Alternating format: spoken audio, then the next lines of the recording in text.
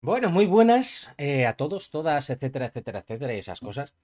Eh, Al final no me acabo de acostumbrar yo a esto, eh. O sea, es una cosa curiosa ya. Bueno, tampoco es que haya grabado un montón de vídeos de este tipo, pero sí he grabado un montón de clases. Y no me acabo de acostumbrar a ser un poco más natural. Es como que me tengo que forzar a, no sé, empezar contándos alguna mierda como esta, ¿sabes? Y tratar de ser un poco más yo mismo, porque sea, no acabo de yo ser yo. Y me fastidia. O sea, es una cosa como que me joroba. ¿Vale? Básicamente. Pero bueno. Varias cosas. La primera, veo que los vídeos están teniendo una acogida del copón. O sea, me estoy contentísimo, de verdad. O sea, no ya por las visualizaciones ni nada, sino porque os está gustando. O sea, ¿quién iba a decir que os iba a gustar escucharme a mí hacer mis diatribas y pajas mentales? Pues bueno, me alegro que mis pajas mentales sean interesantes, la verdad. Eh, Estáis comentando un montón de cosas y la verdad es que me alegro un montón porque estáis dándome un mogollón de ideas, haciendo preguntas súper interesantes, algunas y otras también. Y muchos ánimos también, lo cual, gracias, de verdad. Es algo estupendo porque esto al final cuesta hacerlo. O sea, quiero decir, no es algo. Es algo que me gusta. O sea, aunque no lo parezca porque me estoy forzando un poco a hacerlo, es un poco como subirse en una montaña rusa. ¿Vale? O sea, puede dar un poco de cague, pero tienes ganas de subirte en la montaña rusa. Entonces, después lo disfrutas. Ahora yo me lo estoy pasando teta. Pero pues eso, ya de arrancar y comprar la entrada es otra historia. Entonces, eso, pues muchas gracias, de verdad, a todos los que estáis viendo esto y a todos los que comentáis, todos los que preguntáis cualquier cosa, de verdad que me gusta que preguntéis cosas, me gusta que comentéis cosas porque me dan ideas para nuevos vídeos, para pues cosas que comentar durante otros vídeos, si no queda algo claro, pues comentarlo desde este vídeo siguiente o lo que sea. Y con respecto al vídeo anterior, yo pensaba que me había quedado peor de lo que parece ser que me ha quedado. Es decir, tengo vídeos que cuando los veo al editarlos digo, bien, me estoy explicando bien, etcétera. O sea, aunque a mí en un principio, cuando lo estoy grabando, me parezca una mierda, después lo veo en la edición y digo, oh, pues explico bastante bien. Eh, Siempre con humildad. Tengo mucho margen de mejora, desde luego. Pero este en concreto no acabé yo de quedar contento. Pero bueno, ya en algún momento retomaré ese tema, profundizaré más y haré una reaclaración de lo que he explicado y demás. Porque sí es un tema al que me gustaría darle algunas vueltecillas más. Todo el tema de si es posible tener una teoría del todo y todo eso. Bien, pues ahora yendo al tema del vídeo que quiero hablar hoy. ¿De qué quiero hablar? Quiero hablaros porque a lo mejor estoy pensando en hacer un poco de clickbait con el título y demás, pero puede estar interesante. Yo creo que puede estar bien. La idea es la siguiente. Quiero hablaros un poquito de filosofía. Quiero de filosofía de la ciencia, más en concreto de Kuhn, si es que a eso se le puede llamar filosofía de la ciencia. Y, y un poquito de historia también, de historia de la ciencia, para hablar de dónde estamos ahora mismo. Hay una cosa que pasa en filosofía de la ciencia, que es las filosofías de la ciencia que tenemos, diferentes, Kuhn, Popper, Lakatos, etcétera, Feyerabend, tienen uno de dos fallos normalmente. O analizan muy bien, o no muy bien, pero analizan las cosas a posteriori, es decir, cuando ya han pasado, por ejemplo, Lakatos se agarra un poquito de lo que hizo Kuhn, agarra un poquito de lo que hizo Popper y, bueno, a él no le gustaría admitirlo, pero también de lo que hizo Feyerabend, y saca algo que analiza muy bien históricamente lo que ha sucedido. Vale, hasta ahí guay. Pero a la hora de decir dónde estamos, suelen fallar como una escopeta de feria. Por ejemplo, Popper. Popper y los postpopperianos no tienen una manera de demarcar realmente qué es ciencia y qué es pseudociencia a día de hoy. ¿Vale? Porque dices, no, pues es de ciencia de aquí para adelante. Dices, ya, pero si cortas de aquí para adelante, estás metiendo también, pues yo qué sé, por ejemplo, como te comenté, la astrología. Ah, no, pues entonces tenemos que cortar aquí. Vale, pues entonces te vas a cargar la astrofísica. Claro, si todo tiene que ser, esto tiene que ser falsable, perfecto, y falsado, hay predicciones astrofísicas que no pueden falsarse, por ejemplo, porque tú, para asegurar que Betelgeuse, por ejemplo, que es una gigante roja, va a estallar, tiene que estallar. Y eso puede pasar mañana o puede pasar dentro de, no sé, 10.000 años. Eso es falsable, claro. Entonces, ahí hay un problema, un gordo. Bueno, pero hoy concretamente voy a hablar de Kuhn. De Kuhn, de la ciencia normal y de la ciencia paradigmática. De los cambios de paradigmas y de las revoluciones científicas. Que a algunos seguramente les sonará. No voy a hablar estrictamente de eso, ¿vale? A ver si me aclaro. Quiero decir, yo ya estoy en mi momento gilipollas y se me ha ido la flapa. Es decir, no es que se me haya ido, quiero decir que estoy perdiendo un poco el foco. No se vaya a pensar nadie que voy a hablar de algo que no voy a hablar. ¿De qué voy a hablar? Voy a hablar de dónde estamos a día de hoy, si estamos a punto de entrar en un nuevo paradigma, si ya hay un nuevo paradigma en la física, todas esas cosas. Vale, para eso... Hostia, me he dado. Hoy, por cierto, me vais a ver hacer algunos gestos muy raros, porque tengo un tirón en la espalda que me hice ayer, además de la forma más tonta del mundo, fue estirando. Y, y me he hecho la espalda una puñeta. Así que, a ver, voy a poner esto un poco por aquí para ajustarlo, porque así, bien, vale. Es que así miro a la cámara y me puedo ver yo si estoy haciendo alguna gilipollez o algo raro. Eh, claro, me di un tirón y, o sea, moverme no me cuesta vivir. Es una cosa muy rara. ¿De qué iba a hablar? Lo que voy a comentar es lo siguiente. Estamos en el siglo XXI. Sorpresa. Parece que hacemos más física que nunca. Pero ¿realmente hay un cambio de paradigma en la física desde el siglo XX? Y eso es una pregunta interesante. ¿Estamos a punto de vivir un cambio de paradigma? ¿Qué coño es un paradigma? También eso es importantísimo. Y lo voy a hacer empezando por analizar un poquito la filosofía, ¿vale? Voy a hablaros un poquito de Kuhn, para empezar, y vamos a entrar un poco en qué es el tema de la ciencia normal y qué es el tema de la ciencia revolucionaria. Bueno, como siempre, os traigo libros. Si realmente queréis enteraros de qué va el tema, no os queda más remedio que tirar de Kuhn y la estructura de las revoluciones científicas. Os jodéis. Yo, sinceramente, os recomendaría que... A ver, no os puedo recomendar que no lo leáis si os interesa la filosofía de la ciencia. Pero la relación esfuerzo-beneficio va a ser muy pequeña, ¿vale?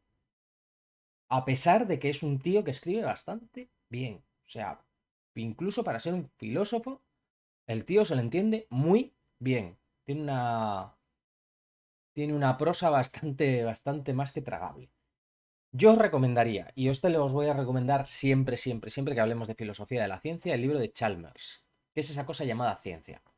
En este hace un resumen básico, rápido también, es un librito pequeño, de las filosofías principales de la ciencia, de Popper, Kuhn, Feyerabend, Lakatos, etcétera, etcétera. Muy bueno. O sea, es el tío va al hilo, va a donde va. Y ya está. Va a cuchillo y con ello. Entonces, vamos a resumir mucho la filosofía de Kuhn, pero principalmente se basa en dos procesos para él, ¿vale? No voy a entrar en cómo arranca la ciencia. Voy a hablar de cómo, una vez ya tenemos ciencia establecida, cómo interpreta Kuhn que sucede la ciencia, digámoslo así, ¿vale? Entonces, vamos a suponer que nosotros ya tenemos ciencia. Según Kuhn, lo que tenemos, por ejemplo, vamos a hablar un poquito a la vez de historia, ¿vale? Voy a hablar sobre todo, por ejemplo, de la aparición de la mecánica cuántica, que es lo que parece que más se puede asemejar a una revolución científica, en el sentido de Kuhn, que también yo creo que por ahí le van los tiros un poco. Tú antes de la teoría cuántica tienes la física clásica, el electromagnetismo, bla, bla, bla. Vale. Eso para Kuhn es ciencia normal. Es decir, hay un paradigma. El paradigma significa lo que pensamos los científicos sobre cómo funciona el mundo. ¿Y qué se pensaba en aquel entonces? Vamos a poner la termodinámica. Voy a arrancar desde la termodinámica. La termodinámica era una ciencia experimental principalmente, que se había ido desarrollando en base a muchas ideas, algunas de ellas erróneas, algunas de ellas relativas a la química, pero principalmente, para los físicos sobre todo, era una idea sobre la teoría del continuo, es decir, todo era continuo, no existían átomos, moléculas, el atomismo ni se lo planteaban, era una cosa de químicos que funcionaba para químicos y era una herramienta que tenían ahí. Ya está, no le deis más importancia. Es decir, esto es cosa de químicos, a mí no me importa que yo hago física. Entonces, resulta lo siguiente, la ciencia normal lo que trata es de hablar, de ir resolviendo los pequeños problemas que se van planteando. Es decir, el paradigma, todo es continuo en física. El calor, la energía, la materia incluso podríamos considerar que es continua. Es decir, para ellos un gas no es lo que entendemos a día de hoy como un montón de bolitas que están por ahí pululando y pegando botes como unas bolas de billar. Para ellos el gas era una masa en sí misma que podía extenderse, etcétera, etcétera, y tenía sus cosas, ¿vale? Y a ellos les funcionaba, así que todo iba bien. El paradigma era ese, ¿vale? ¿Qué es lo que sucede? Que durante la ciencia normal lo que se trata es de resolver ciertos problemas. Es decir, voy a acercarme un poquito más el micro, vais a perdonar si suena. ¿De qué trata esto? Esto trata de resolver problemitas que se van planteando, es decir, ir sacando pequeñas ideas, completar las teorías que ya hay. Por ejemplo, calores específicos. Vale, pues vamos a calcular el calor específico de esto, de lo otro, y tal, tal, tal, tal. Vale. ¿Qué es lo que sucede? Sucede que Kuhn tiene una perspectiva de la ciencia, y eso que creo que estudió física, si no me equivoco, como si fuese una religión. Y a ver, sí es verdad que hay algunas cosas que se pueden llegar a parecer. No digo que no. Y que los científicos no es que seamos unas mentes preclaras que siempre son racionales y que nunca se basan sus pensamientos en base a creencias. No, no, no, no. Somos seres humanos, la cagamos como seres humanos y tenemos creencias e ideología como todos los seres humanos, por más que nos gustaría pensar que no, que somos estupendos, que yo soy un tío que piensa muy lógicamente y no me dejo llevar por la ideología. Mentira, cochina para ti. No, o sea, tienes ideología como todo el mundo y tienes creencias como todo el mundo. Otra cosa es que seas capaz de analizarlo, darte cuenta que las tienes y decir, voy a intentar quitarme esas creencias de encima. Creo que eso es un ejercicio sano y creo que es un ejercicio que no solo tenemos que hacer los científicos, deberíamos hacer todos. No quitarnos la ideología, sino las creencias. Por las creencias cuesta pensar con ellas a cuestas. Cuesta. Las creencias, al fin y al cabo, son lo que va a impedir que seas capaz de razonar de forma libre y clara. ¿Vale? Sobre esto también es un tema que me gustaría darle unas cuantas vueltas. Bueno, pues para Kuhn, la ciencia funciona, no lo dice explícitamente, creo recordar en el libro, pero da pistas, da muchas pistas sobre cómo él cree que funciona la ciencia y para él sí hay cierto regusto a religión, ¿vale? Porque según Kuhn, los científicos normales, la ciencia normal, va haciendo experimentos y hay un momento, es que de verdad, a veces cuando estaba leyendo este libro, es que me costaba no decir, este tío es imbécil. O sea, ¿qué pasa? Porque decía, no, es que cuando los científicos de la ciencia normal encuentran eh, datos experimentales que no encajan con el paradigma que ellos están defendiendo, por así decirlo, eh, ignoran dichos datos. Y dices, tú no eres el más listo del pueblo, ¿verdad? O sea, tú no eras el cuchillo más afilado de la caja, pero alguien te dio una cátedra de filosofía. Vale. Digo, ¿cómo puedes soltar esta burrada sobre Kuhn? Vale, vamos a ver, esta burrada se la puedo pasar a un estudiante. Se la puedo pasar. Y lo entiendo y puedo comprender su postura. Y si yo planteo algo así en clase y alguno me defiende algo así, pues lo puedo discutir y de forma muy sana y creo que puede dar para una clase súper interesante. Pero cuando un señor catedrático de filosofía hace un libro y escribe eso, es para matarlo. Digo, ¿por qué? Un ejemplo, solo un ejemplo. Becquerel y los rayos X. El tío era un defensor de la ciencia normal. Estaba haciendo experimentos en ciencia normal. Es decir, basados en el paradigma que había.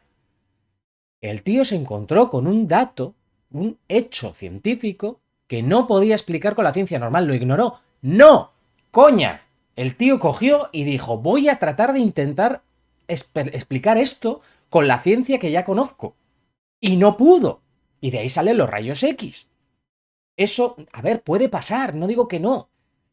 Pero de hecho los científicos lo que siempre estamos buscando son datos que no podemos explicar. Al menos espero que la mayor parte estemos haciendo eso. Porque si no la cosa está muy jodida. ¿Vale? O sea, de hecho, joder, una de las cosas que se suele decir cuando se encontró el bosón de Higgs, creo que fue Hawking quien dijo que la física sería mucho más interesante si no se hubiese encontrado el bosón de Higgs donde debería haberse encontrado. ¿Por qué? Porque eso sería un resultado contra la ciencia normal y el paradigma establecido que contradice lo que nosotros pensamos que debería pasar. Sería mucho más interesante y nos diría mucho más sobre la ciencia que haberlo encontrado. Y esto es una cosa de teoría de la información que es súper guay. O sea, es una cosa muy curiosa. Ya la explicaré en su momento. Si tenéis alguna curiosidad, se trata del tema de la entropía. Entropía, al fin y al cabo, podemos interpretarla como la sorpresa al obtener un resultado. Si tú esperas un resultado con el 90% de probabilidades y lo encuentras, no te da mucha sorpresa, ¿vale? Es decir, esperamos encontrar el bosón de Higgs con una probabilidad del 99%. Tú lo encuentras y dices, vale, bien, encaja, perfecto, soy un tío muy listo, pero me lleva a poca sorpresa, tengo poca información nueva, ¿vale? Pero sin embargo, si no lo encuentras, había un 1% de probabilidades, entre comillas, de no encontrarlo. Eso te da muchísima información, es decir, tienes mucha información sobre algo que debería encajar y no encaja. Eso es algo muy guay. Eso es algo muy interesante y que creo que debería ser algo que nos lleva a más ciencia. Por cierto, sobre todo esto de probabilidades y demás, y todo eso, Chalmers habla sobre una cosa que se llama la interpretación bayesiana de la filosofía de la ciencia. Creo que se llama así. No me hagáis mucho caso. Se trata de atribuirle probabilidades a ciertos resultados y ciertas expectativas de resultados. Y es decir, si ha pasado esto, ¿qué probabilidades hay de que pase esto otro? Basándonos en ciertas expectativas y demás. Está interesante. Creo, para mi gusto, o sea, es de una de las filosofías de la ciencia que más me gustan, pero creo que está muy incompleta porque le falta teoría de la información. Ahí creo que hay un buen filón. Bueno, volviendo al tema de Kuhn. ¿Qué nos comenta Kuhn? Vale. Según Kuhn, la gente hace, los científicos hacen ciencia normal, van acumulando resultados, van completando la teoría, etc. Pero empiezan en un momento determinado a acumular resultados que no encajan bien con el paradigma establecido. Y ahí es donde empiezan a encontrarse con problemas. Todo esto, como os digo, es según Kuhn. No digo que funcione así, ni que yo crea que funcione así. Yo ya os voy a dar luego mi opinión sobre cómo funcionan estas cosas y qué relación puede tener con esto. Porque para mi gusto, esto es una forma, Kuhn tiene una forma muy, muy, muy, muy extremadamente simplista de ver todo el proceso. Pero bueno. El tío dice, vamos acumulando datos que no encajan y entonces empiezan a surgir nuevas ideas, nuevos paradigmas que pueden explicar las teorías y entonces se produce la ciencia revolucionaria. Es decir, ¿de dónde sale? Tío ni se molesta. Básicamente en aclararlo muy bien. Te lo digo en serio. O sea, porque sí, a ver, habla un poquito de dónde sale todo esto, pero tampoco nos creamos que nos da aquí la bicoca. Bueno, pues el tío comenta que la ciencia normal va acumulando datos, se crean nuevas ideas y los paradigmas nuevos paradigmas empiezan a poder explicar las nuevas teorías, etcétera, todo esto, y poco a poco parece como que en la ciencia se va asentando el nuevo paradigma. Hay un problema aquí, y es que según Kuhn, claro, los científicos que antes defendían la ciencia normal se pasan a la ciencia, a la ciencia revolucionaria, digámoslo así. Y según él lo hacen como en una especie de epifanía. En una especie de epifanía religiosa, en una revelación religiosa, ellos pasan de ser defensores de la ciencia normal a ser defensores de la ciencia revolucionaria. No. O sea, simplemente no. Puede pasar, pero no sucede como una epifanía, por favor. O sea, vale que los científicos tenemos creencias, como digo, pero vamos a ser un poco más respetuosos con la capacidad intelectual de esta gente, ¿vale? Es decir, desde mi punto de vista, esto no pasa así ni de lejos. O sea, sí tiene un aroma de lo que pasa, o sea, no estoy diciendo que Kuhn se equivoque del todo, en cierto sentido, ni visto, si tú lo ves desde lejos, entiendo que piensa lo que piensa, pensaba, creo que está muerto, ¿no? Por eso me puedo meter con él sin que venga ahí a decirme nada. Pero no exactamente así. Y esto ya os digo que esto va a ser mi opinión. Yo digo lo que me da la gana, porque este es mi canal y hago lo que me da la gana con él. Y si no estás de acuerdo, como siempre os digo, comentad, escribidme vuestras ideas y si, oye, tenéis algún libro que decís, oye, pues mira, este otro comenta sobre esto, ¿qué opinas? Tal. De acuerdo, y me encantaría saberlo. Bueno, según Kuhn, se produce un cambio de paradigma, cada vez más científicos se van adhiriendo a las nuevas ideas, se genera nueva ciencia normal, o sea, es decir, la ciencia revolucionaria pasa a ser ciencia normal y se genera otro nuevo paradigma, más ciencia normal, más experimentación, más acumulación de información, de hechos, y volvemos, y ciclo tras ciclo, así vamos haciendo ciencia. Vale. Eso es básicamente, muy grosso modo, la idea de Kuhn de la filosofía de la ciencia y de la historia de la ciencia. ¿Por qué creo que Kuhn se equivoca? Esta es, lo que digo, mi opinión. Y os voy a justificar mi opinión. Creo que se equivoca porque si bien se da ese cambio de paradigma, y eso creo que es evidente, volviendo por ejemplo a la termodinámica. Teníamos la termodinámica, todo continuo, estupendo, eso sería la ciencia normal. ¿Dónde aparece la ciencia revolucionaria para Kuhn? La ciencia revolucionaria aparecería con el atomismo. Es decir, con Boltzmann, creo que con Mach y con algunos más, y también de las ideas de los químicos, se van observando cosas que pueden encajar mejor con el nuevo paradigma del atomismo. Vale. ¿Realmente sucede de esa manera? Es decir, de repente los científicos, ¡pum!, cambian de idea y se vuelven al atomismo y se cambian de bando. No, yo creo que no. A ver, sí sucede, sí puede suceder, pero en general yo creo que no. Y me explico. Sucede lo siguiente. Por ejemplo, Planck. Planck era un experto, uno de los grandísimos popes de la termodinámica. Planck nunca, si no me equivoco, en toda su vida estuvo de acuerdo con el atomismo. Ni siquiera después de descubrir la mecánica cuántica, si no me equivoco. No estoy seguro, ahora mismo no lo tengo fresco, pero me da igual. En el momento en que descubre la radiación, perdón, sí, la radiación, lo diré.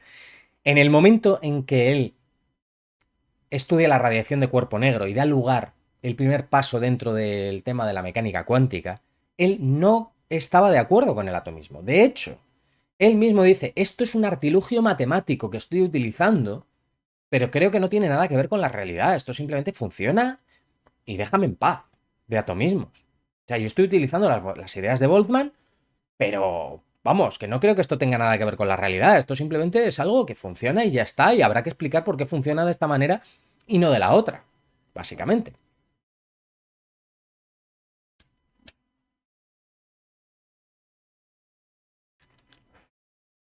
Entonces, ¿qué es lo que está sucediendo ahí? Ahí lo que está sucediendo es, tenemos una teoría que es vale, ciencia normal, podemos llamar, todo continuo, etcétera, etcétera, que funciona muy bien, la termodinámica funciona estupendamente y le fallan ciertas cosas. Hay ciertas cosas que no acaban de encajar. Vale, eso se hace plantearse a cierta gente, como por ejemplo a Boltzmann, que puede haber otra explicación, que puede haber otro paradigma y que el atomismo, en su caso, puede dar una respuesta.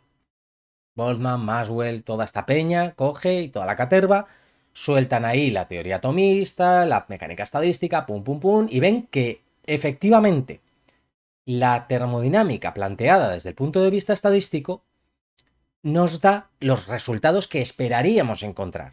Es decir, obtienen un nuevo paradigma que encaja con lo que ya hay. Explica lo que ya sabíamos y nos da una idea de cómo puede ser el mundo. Fijaos que la teoría de la física estadística no, en principio, no desvela nada nuevo. A ver, cogedme aquí con pinzas, ¿vale? Estoy intentando ser. Aquí tengo que pelearme entre lo didáctico y lo correcto, ¿vale? Pero vamos a ser claros. Digámoslo así. En principio, la mecánica estadística no da un resultado nuevo de por sí. Es decir, no dice, deberíamos encontrar esto que no hemos visto con la termodinámica, ¿no? Por ejemplo, las cosas que se encontraban en termodinámica con respecto a las capacidades caloríficas de los cuerpos de bajas temperaturas no encajaban con lo que se cabría esperar. Es decir, había como saltos y cosas raras que no podías explicar. Y resulta que con la mecánica estadística tampoco podías explicarlas, porque nos faltaba teoría cuántica todavía. Quedaba medio siglo casi, si no me equivoco. Bastante, unas cuantas décadas. ¿Qué es lo que sucede? Sucede que eso está ahí. Y eso le hace caso 4 gatos, porque el paradigma establecido es ese. Y los grandes popes de la física están con la teoría continua y ya está. Sin más. ¿Qué es lo que sucede después? Sucede, por un lado, que van mejorándose las técnicas experimentales, eso es importante, y se van observando nuevos datos que fallan, ¿vale? Se empiezan a ver las fallas en la teoría establecida, en los paradigmas establecidos y demás. O puede no ser un fallo en sí en el paradigma, sino en la teoría que hay dentro del paradigma, porque no es lo mismo una teoría que un paradigma. Me explico, por si hay alguna duda. Como dicho, el paradigma es la idea global de lo que hay en ciencia. Por ejemplo, en aquella época, la física del continuo. Ese es el paradigma, vamos a decirlo así. A día de hoy, por ejemplo, ¿cuál es el paradigma sobre la mecánica cuántica? Los campos cuánticos. ¿Vale? Ni partículas, ni ondas, ni leches. Campos. ¿Vale? Esos campos tienen unas formas de vibrar coherentes que nos dan ondas y partículas. Pero son campos, ese es el paradigma. Luego, ¿cuál es la teoría detrás de ello? La teoría en aquella época, con la física del continuo, era la termodinámica. Vamos a ponerlo así. A día de hoy, ¿cuál es la teoría que está detrás del paradigma de los campos cuánticos? La teoría cuántica de campos. Como es lógico. Hay una diferencia, ¿vale? O sea, tú puedes tener el mismo paradigma, campos, y tener otra teoría completamente diferente. No sé cuál es, pero vamos a. Esto es un ejercicio de paja mental. Pero tú puedes tener una teoría diferente que se ajuste a ese paradigma. ¿Vale? No es realmente un problema en sí mismo. Vale. Sucede lo siguiente. Todo esto del continuismo y el atomismo se van un poco peleando. Es decir, normalmente las más jóvenes tienden, me gusta considerarme joven, a pesar de mi edad, y tendemos a aceptar con más facilidad los nuevos paradigmas. Esto es algo normal. Es decir, es parte de nuestra naturaleza humana. Y lo vemos sobre todo en los adolescentes. Es que son, o sea, para mí, por ejemplo, dar clase es una cosa estupenda, porque te hacen replantearte ciertas cosas. Esos chavales, o sea, van en contra. Van a la contra de todo, evidentemente, y eso pues a veces puede llevar a cosas terribles, pero a veces puede llevar a cosas muy buenas. Es parte de nuestra naturaleza. Si me acuerdo, voy a intentar buscaros un podcast concretamente, y es que ahora no me acuerdo. Lara me va a matar porque estoy casi seguro de que es una divulgadora que se hace llamar Putamen. Putamen es una parte del cerebro, ¿eh? Ojo, no es un taco. YouTube, estás advertido. Es una parte del cerebro. em, que tiene un podcast que se llama Un humano por persona. Me parece que está ahí. Buscadlo en Spotify o en Podimo y tiene uno que habla creo que habla sobre cosas de la adolescencia, pero no estoy seguro de si es ahí. Así que me vais a disculpar, ya lo pondré en los comentarios si lo encuentro o lo comentaré en el siguiente vídeo. Vale, volviendo al tema. La juventud. La juventud es algo estupendo porque te hace estar más abierto a ideas nuevas. Eso puede ser bueno, puede ser malo. No digo que sea bueno per se. Digo que es bueno el hecho de que se abran a ideas nuevas. ¿Vale? Pero ¿qué sucede mientras tanto? Sucede que la gente que está en los puestos de poder, digámoslo así, en la ciencia, porque al fin y al cabo hay jerarquías, tienden a ser personas bastante más mayores. Y las personas mayores, en general, hay quien no, pero en general suelen ser más proclives a defender lo que han defendido durante toda la vida.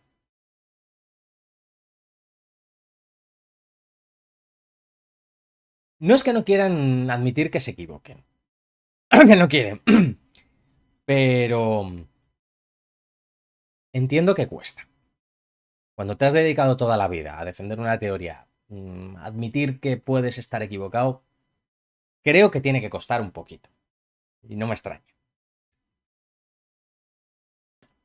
Dejando ya de lado el ego, tiene que ser algo difícil. Entonces, ¿qué sucede?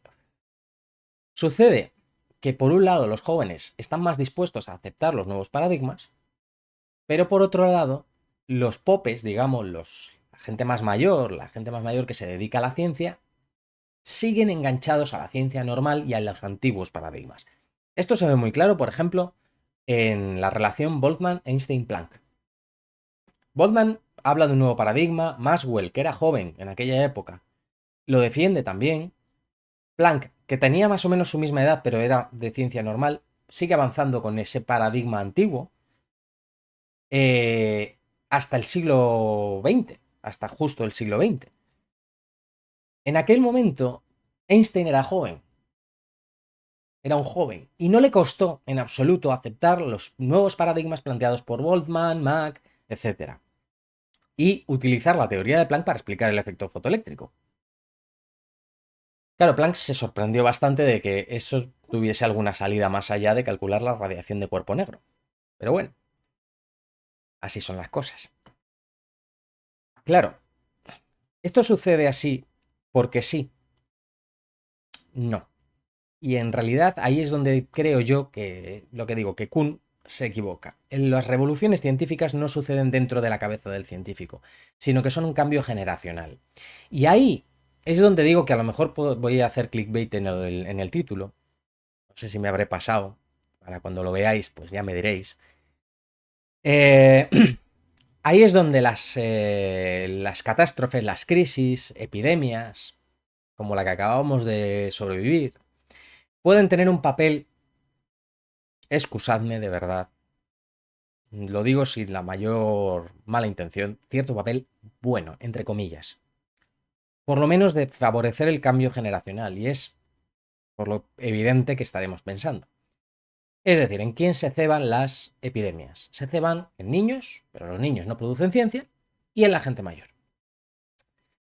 Y ahí es donde entra en juego todo esto. Por ejemplo, vamos a irnos muy atrás. Newton. Newton plantea realmente un nuevo paradigma de la ciencia. Es decir, utilizando las matemáticas que había desarrollado, plantea una nueva forma de estudiar la física y desarrolla la mecánica, genera una nueva forma de concebir la mecánica celeste, la mecánica terrestre también, etc. ¿Quién estaba en su contra? ¿Quién mantenía paradigmas antiguos? Hooke, por ejemplo. Hooke era el pope de la física. O sea, a día de hoy solo le conocemos por la ley de los muelles. Pero Hooke era un titán, literalmente, de la ciencia. O sea, no solo de la física, que por cierto, Newton no solo hizo física, de hecho su trabajo más extenso, si no me equivoco, fue en teología. Flipa. O sea, y fíjate que tiene trabajo en ciencia. Pues imaginaos lo que tendrá de teología el tío. Pero Hooke era un auténtico titán de la ciencia. O sea, hizo un montón de cosas en microscopía, de clasificación de entidades biológicas, bueno, o sea, leche. No solo hizo lo de los muelles. Pero él era el el Pope, ¿no? Y con él habría otros. ¿Qué sucedió en aquella época? Sucedió que hubo una epidemia de peste y Newton se aisló en su bueno, casoplón, porque él era un tío pasta, como siempre, no suele fallar. Se aisló ahí porque Newton era un puñetero genio y hizo su mecánica, hizo lo que le salió de las narices y ¿qué pasó? Pues que evidentemente esa epidemia de peste acabaría con una buena parte de todos los catedráticos y demás que habría en Cambridge y habría en otros sitios. Claro, eso hay que reponerlo. ¿Cómo se repone? Pues con gente que es más joven. Y esa gente más joven es más proclive a aceptar ciertos paradigmas. ¿Vale? Esta es la idea que yo tengo en la cabeza. Que os digo que puedo estar equivocado perfectamente. Y ni todo. Y ojo, y una cosa que tengo que aclarar: no todo es tan clarísimo como epidemia más no sé qué igual a revolución científica. No, ¿vale? Todo esto es. Estamos hablando del ámbito de las ciencias sociales. Y todo es mucho más fino y mucho más escurridizo de lo que parece. Otro ejemplo, la Primera Guerra Mundial. Y dices, la Primera Guerra Mundial mueren jóvenes. Sí, cierto. Pero mueren jóvenes pobres, ¿vale? Porque, pues al final en las guerras los que mueren son los pobres, no nos engañemos. Bien porque son civiles que mueren en la guerra o bien porque son militares que son reclutados para ponerse delante de una ametralladora. Básicamente, la gente con pasta no suele ir a la guerra. Y si van, van con el mejor chaleco antibalas del mundo, que son unos galones, normalmente. Es cierto que hay algunos que la palman. Por ejemplo, Schwarzschild pues, palmó en una trinchera. Pero vamos, que no es lo normal. La gente con pasta tiene estudios. La gente con pasta, pues o va de teniente o de capitán, o va de... o no va directamente. ¿Vale? Porque, pues eso, o bien puede pagar para no ir, o bien puede coger y decir, ah, que aquí me quieren reclutar, pues me piro a otro país. O sea, si tú no tienes un duro, pues te acaban reclutando. ¿Qué es lo que vino después de la guerra? Que ahí es donde viene el punto. Viene la gripe española, mal llamada gripe española. No, no empezó en España, ni nada parecido. No es que los españoles no hayamos diseminado mierda por el mundo. Nos hemos hartado durante 3 siglos a echar mierda, básicamente, y a cargarnos todo lo que encontrábamos por delante. Hace también muchas cosas buenas, no lo voy a discutir. Pero la balanza no, yo diría que no. Bueno, ¿qué es lo que viene después? La gripe española. Esa sí que se disemina por todo el mundo, esa afecta a todo el mundo. ¿Y a quién se carga la gripe española? Pues principalmente lo que digo, pobres, pero sobre todo niños y ancianos.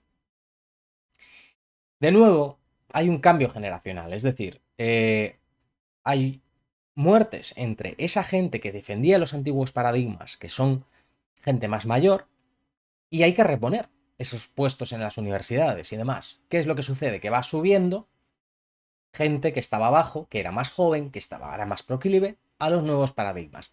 Y no es casualidad, en mi opinión, que fuese en aquella época en la que arrancó realmente la mecánica cuántica, porque la mecánica cuántica la tenemos muy en el sentido de esto empieza en 1901 con el cambio de siglo y el descubrimiento de Planck.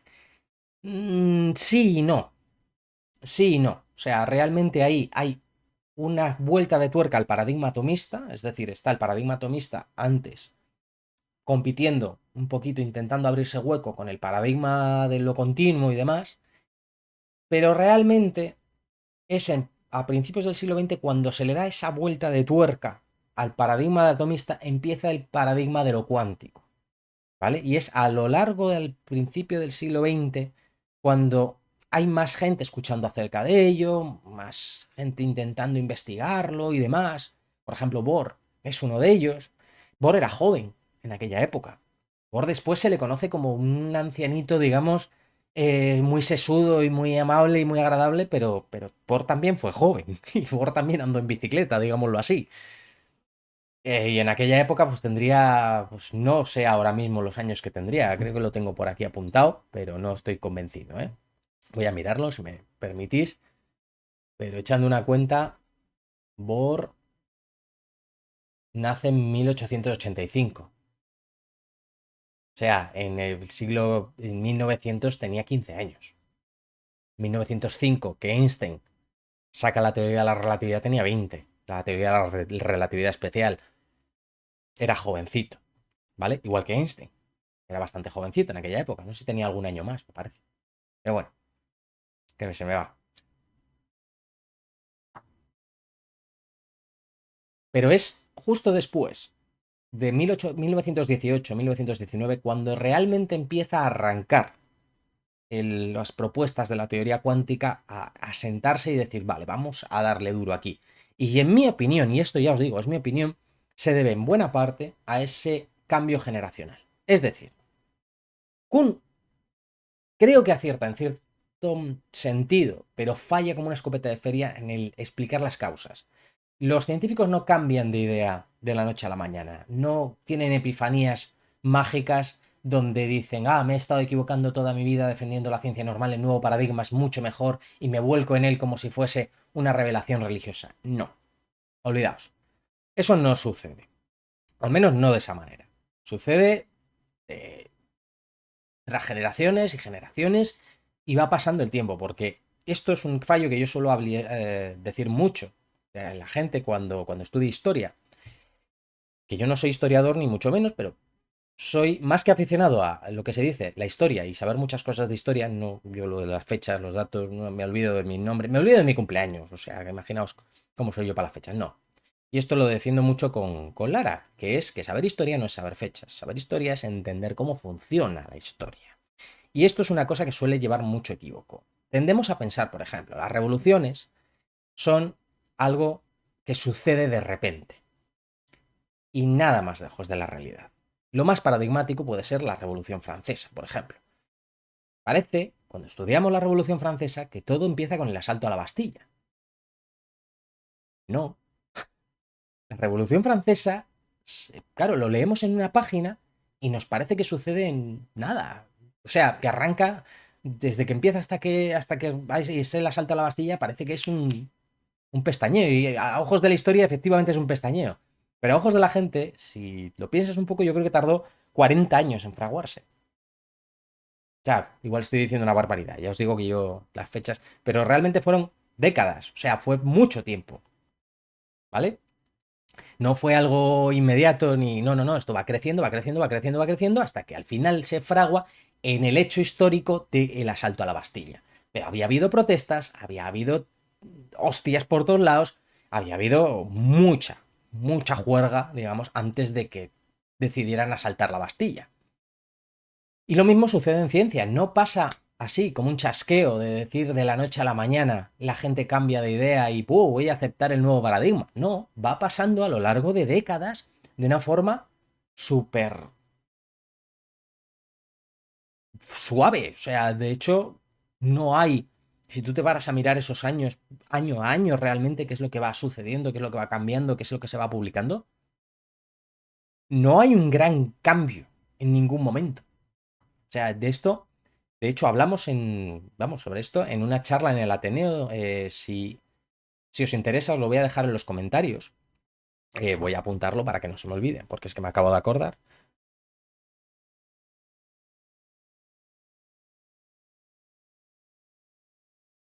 Que por cierto, tengo que comentarles a ver si la puedo subir al canal, porque sería mucho más cómodo también y no se pierde ahí en el canal del Ateneo. Donde hablamos un poco sobre eso, sobre cómo se va construyendo la ciencia y ciertas concepciones erróneas que hay acerca de los grandes genios, de atribuirles prácticamente todo el desarrollo científico que se hace en cierto campo. Y concretamente pongo el ejemplo de Einstein y cómo muchas de las ideas que se cree sobre la curvatura del espacio-tiempo, sobre la cuadridimensionalidad del espacio-tiempo y demás, que siempre se le atribuyen a él, no son suyas. O sea, de hecho, ni siquiera son de su época. O sea, la curvatura del espacio-tiempo, por ejemplo, es muy anterior. Tenía 50 años ya, esa idea. Si a alguien le interesa, por ejemplo, puede buscarse sobre Riemann o sobre William Kingdon Clifford. Clifford era un matemático que a día de hoy está teniendo mucha fama por sus álgebras, pero él ya planteaba por ejemplo, que el espacio se curvase para generar la gravedad. Y de hecho Riemann, basándose en esas ideas, intentó hacer una teoría de la gravedad con la geometría de Riemann. Le falló que no tenía la idea del espacio-tiempo, que es lo que faltaba para encajar ahí. Pero el tío, oye, estamos hablando de mitades del siglo XIX. O sea, poca broma con el asunto. Bueno, es este pequeño inciso. Bueno, pues ya os he comentado más o menos un poco qué es lo que yo creo que sucede, ¿no? Es decir, nos hemos planteado un poco de qué es lo que decía Kuhn, qué es lo que no creo que decía bien, que está ese relevo generacional, etc. Y ahí es donde llegamos a la época actual. Vamos a ver, ¿tenemos un cambio de paradigma? Pues alguno estará pensando, la teoría de cuerdas. La teoría de cuerdas no es un cambio de paradigma.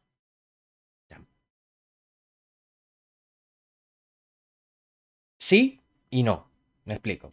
Pequeño, como un pequeño cambio de paradigma, podríamos considerarlo. Pero en realidad no deja de ser una teoría de campos. Y ya está. No deja de ser una teoría de campos. Quiero decir, si alguno tiene la curiosidad de ver los libros que hablé, sobre los que hablé de teoría de cuerdas, ahí está bien. O sea, quiero decir, tú tienes una cuerda clásica y calculas su trayectoria en el espacio-tiempo y tal, y ves cómo vibra y todo eso. Y cuantizas. Y dices, joder, pero hay un cambio de paradigma de partículas puntuales a cuerdas. No, porque el paradigma no es partículas puntuales. No, ese no es nuestro paradigma. Nuestro paradigma es campos. ¿Qué es lo que hace la teoría de cuerdas? La teoría de cuerdas disocia. O sea, disocia no. Se desprende del concepto de partícula puntual para hablar de campos y habla de campos de cuerdas. No deja de ser una teoría cuántica de campos, ¿vale? Mucho más compleja, mucho más todo lo que queráis, pero una teoría cuántica de campos, al fin y al cabo. Es decir, se cuantiza la cuerda, se hace un campo de cuerdas y luego ya dependiendo de los estados de energía que va entrando en el vacío, de ese vacío de cuerdas, se generan campos cuerdísticos y demás. ¿Vale? Esto grosso modo y ya está. No ha cambiado realmente mucho, al menos desde mi punto de vista, el paradigma. ¿Qué es lo que yo creo que sí va a cambiar ese paradigma? Y ahora vamos con ello.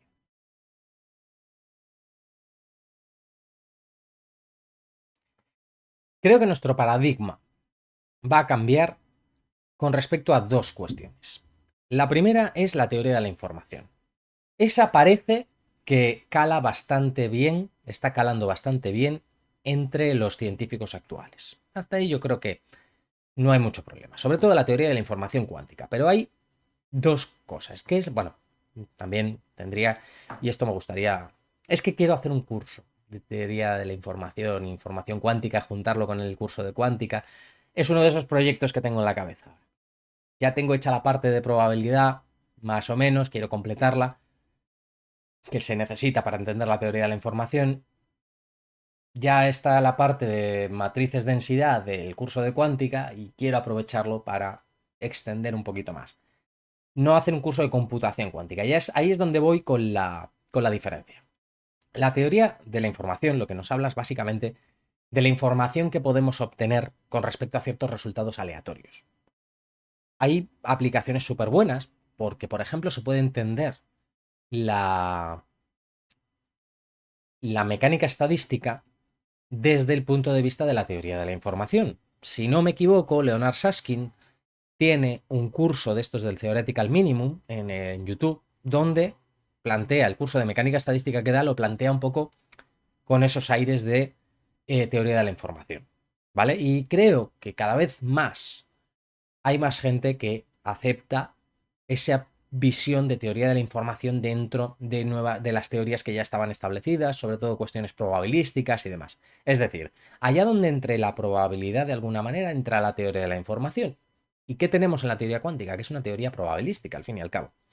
Y ahí es donde entra la teoría de la información cuántica. Es decir, para no alargarnos mucho, eh, los resultados probabilísticos que podemos obtener al hacer una medida los podemos asociar con una cantidad de información que nosotros podemos obtener. No me quiero meter mucho más en eso, ¿vale? Simplemente quedaos ahí. Entonces eso se está utilizando, y es lo que se utiliza al fin y al cabo, para hacer ordenadores cuánticos, criptografía cuántica, pasteles cuánticos, ya me entendéis. Es decir, todo esto que está ahora tan de moda, de los, pues que Google está haciendo un computador cuántico, que si no sé qué, que si se van a enseñar señales, que si la teleportación, que si... Todo eso. Todo eso es lo que se conoce como teoría cuántica de la información.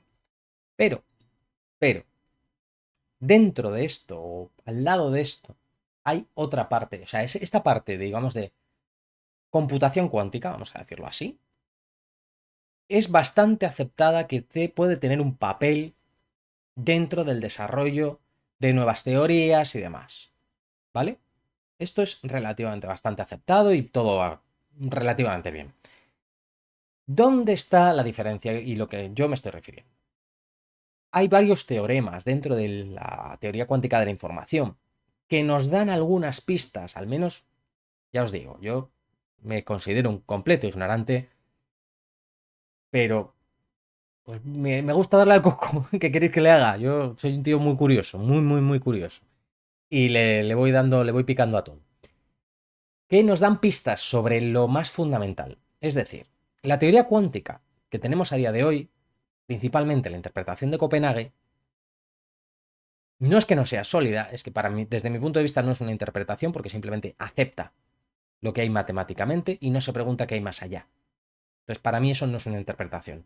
Ya os lo discutiré en otro vídeo, pero que además tengo muchas ganas de hacerlo, pero ya está. No digo que esté mal, ¿eh? No digo que sea algo malo, ni no lo voy a juzgar en ese sentido. Simplemente quiero decir que ya está, acepta. Pum. Como decía Mermin, calcula y calla. Que por cierto, esa frase es de Mermin, no de Feynman. Calcula y calla. Ya está. Vale, pues estupendo.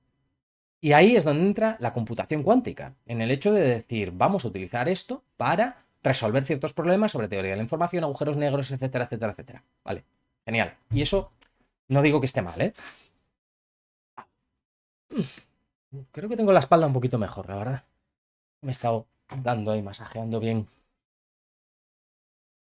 Sí, de hecho, estoy bastante bien. ¡Qué alegría!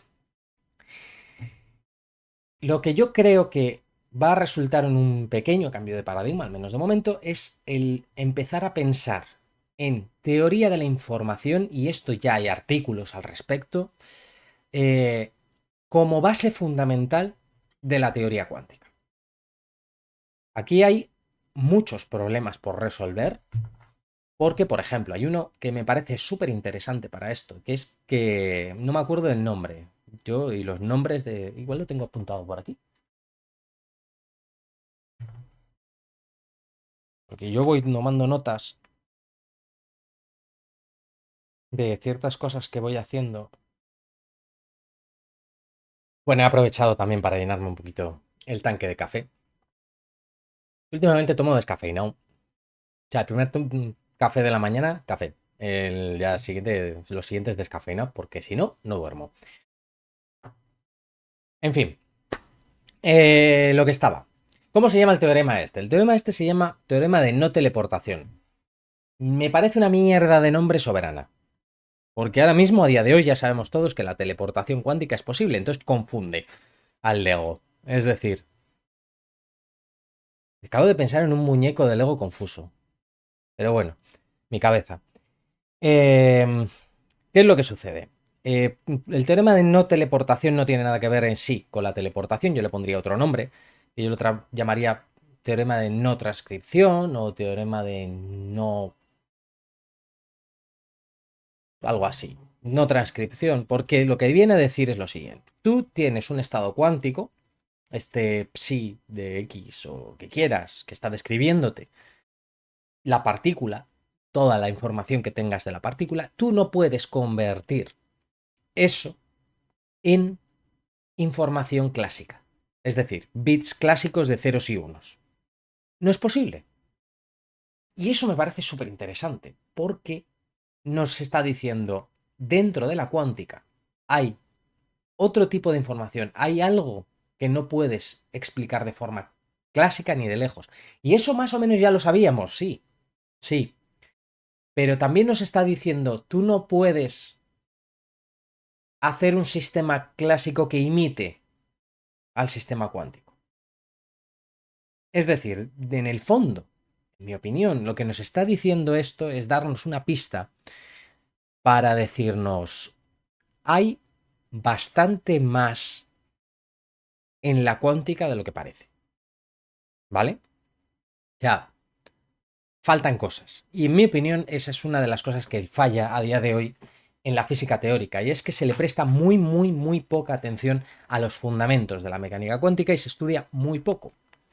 Claro, hay quien puede decir, no, pero es que como estamos haciendo desarrollos y tal, pues, ¿qué más dan los fundamentos?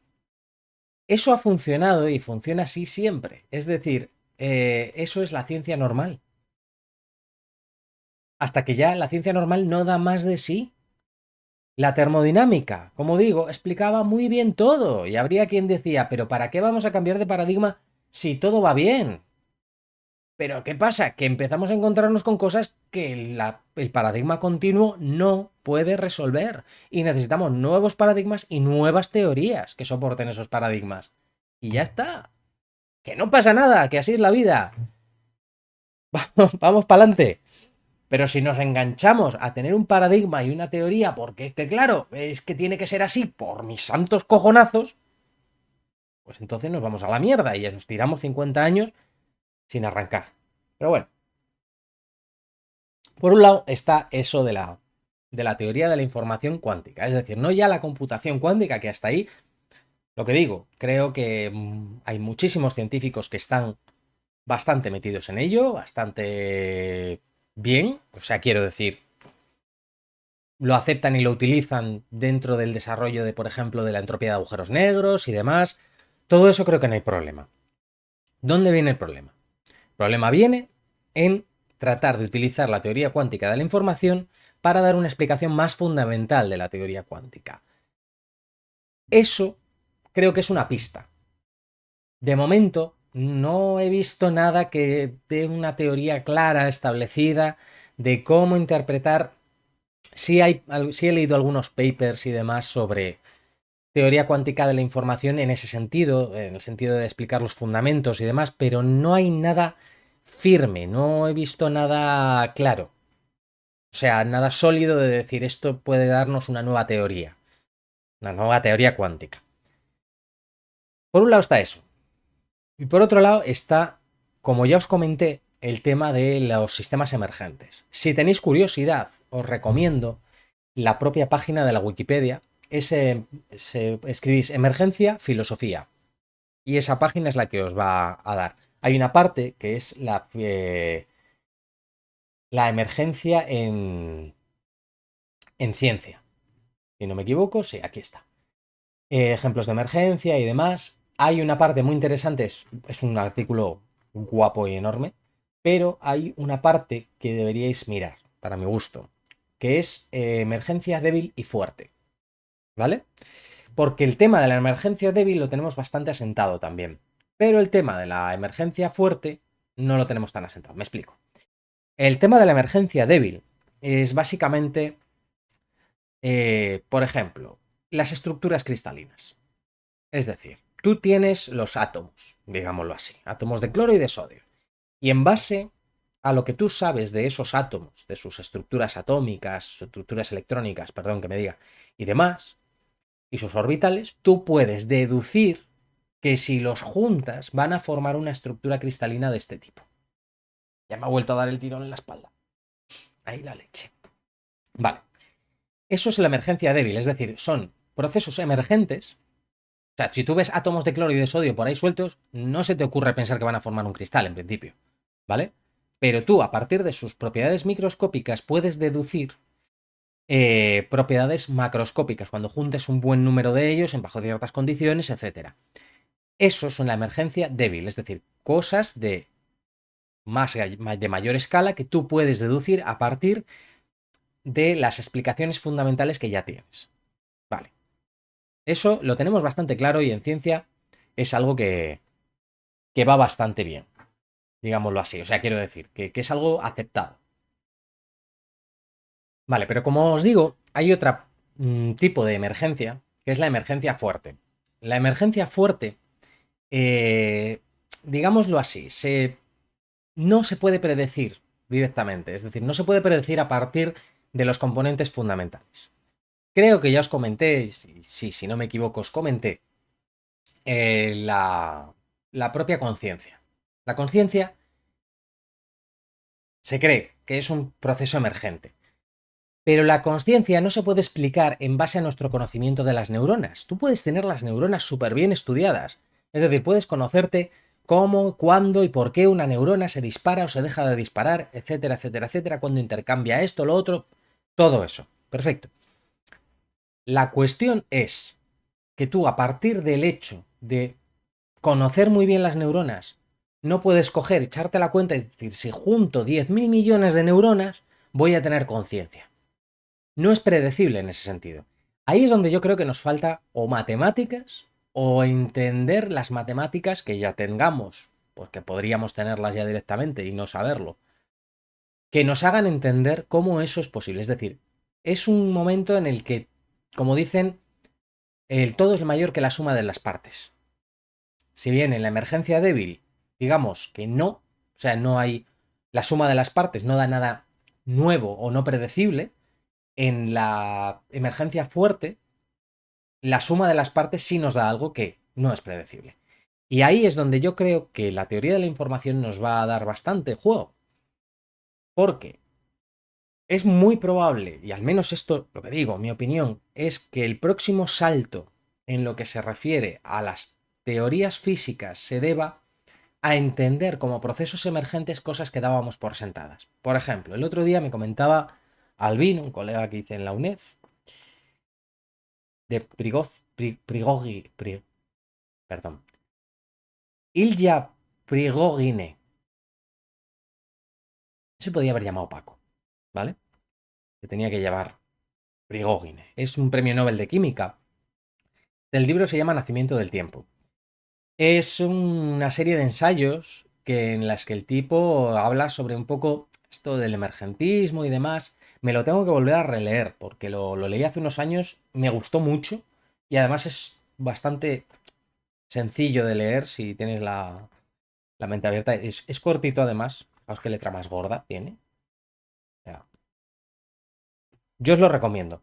Me gustó. Me lo voy a revolver a releer, pero me gustó mucho. Porque en mi opinión, cosas como el espacio y el tiempo, tengo yo la... Y no solo yo. O sea, esto es una idea que está empezando a calar cada vez más. Van a ser entendidos como procesos emergentes. Es decir, no hay el tiempo, por ejemplo, como una entidad fundamental. ¿Vale? El tiempo ahora mismo, que bien, que tú lo puedes representar como cuadridimensional, como una dimensión más, etcétera, pero que el hecho de que funcione para ciertas cosas y ciertas teorías algo y funcione muy bien, o sea, es que no estoy discutiendo porque muchas veces la gente se confunde y entiende el mapa como el terreno. Que tú tengas una teoría que funciona muy bien, que establece que el tiempo es una dimensión, no significa que el tiempo sea una dimensión. Significa que tú puedes representar dentro del marco de esa teoría el tiempo como una dimensión y que funcione muy bien. Vamos a la termodinámica. Que tú puedas decir el gas es una masa continua y me da las respuestas correctas a un montonazo de cosas dentro del marco de la teoría, no significa que el gas sea una masa continua sin partes. Es que más fácil no lo podemos poner. No, pero la relatividad tiene mucho éxito. Y la termodinámica también tiene mucho éxito dentro de su marco de acción. Y la relatividad tiene mucho éxito dentro de su marco de acción.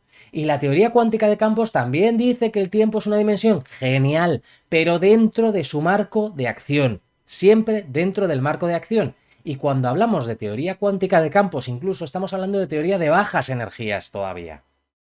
Porque hay mucho más allá, más al fondo. Y eso creo que nadie lo duda. Que podemos hablar de espumas cuánticas, de redes de espino, de lo que os salga de las narices. Genial. Pero entender el tiempo se trata de eso. Otra cosa es que incluso en regímenes de una relativa alta energía, como es la teoría cuántica de campos, todavía el tiempo puedas entenderlo como una dimensión. Genial. Y que no te dé problemas.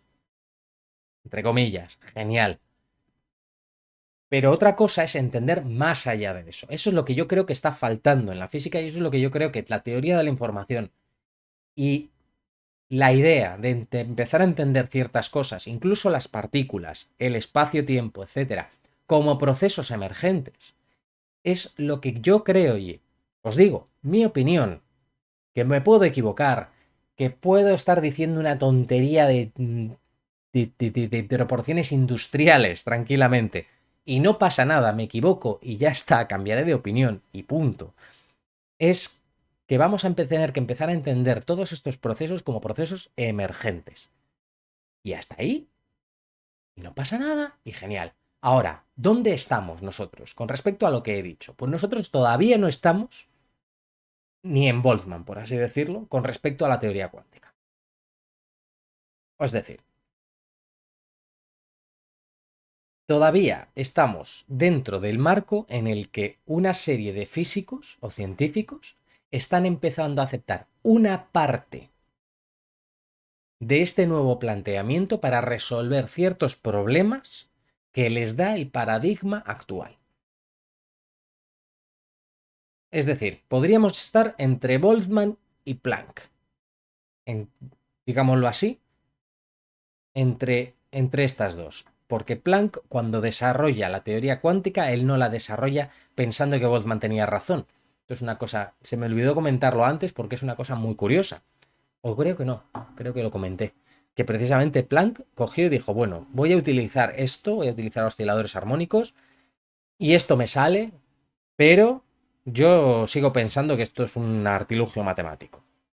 Pues ahí es donde yo creo que, como mucho, estamos con respecto a esto. Y de momento yo creo que ni nos planteamos seriamente lo de los procesos emergentes. Lo que digo, principalmente porque no hay, en un sentido muy fuerte, ninguna matemática que sustente todo esto. Es decir, por ejemplo, hay cosas como los grupos de renormalización y demás, pero